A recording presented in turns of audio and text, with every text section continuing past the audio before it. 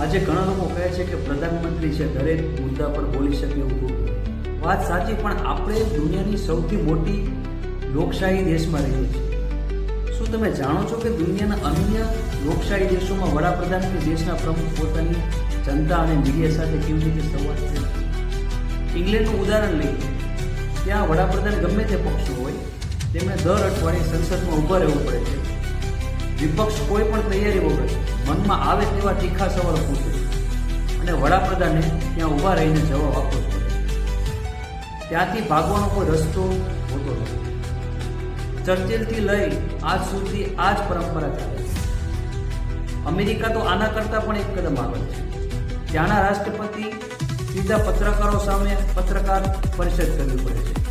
પત્રકારો કડવામાં કડવા અને તીખામાં તીખા સવાલો પૂછે છે અને રાષ્ટ્રપતિએ એ જવાબ આપવા પડે છે, કારણ કે ત્યાં મૌન રહેવાનો કોઈ વિકલ્પ હોતો નથી.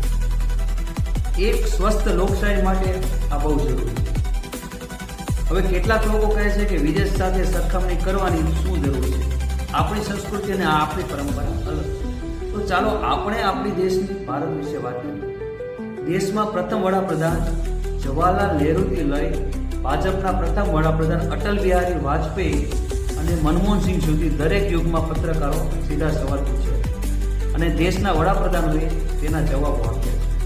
ઘણીવાર વડાપ્રધાન ચીડાઈ જાય અને ખીજાઈ પણ જાય, પણ સવાલોનો ક્યારેય ભાગ્યા.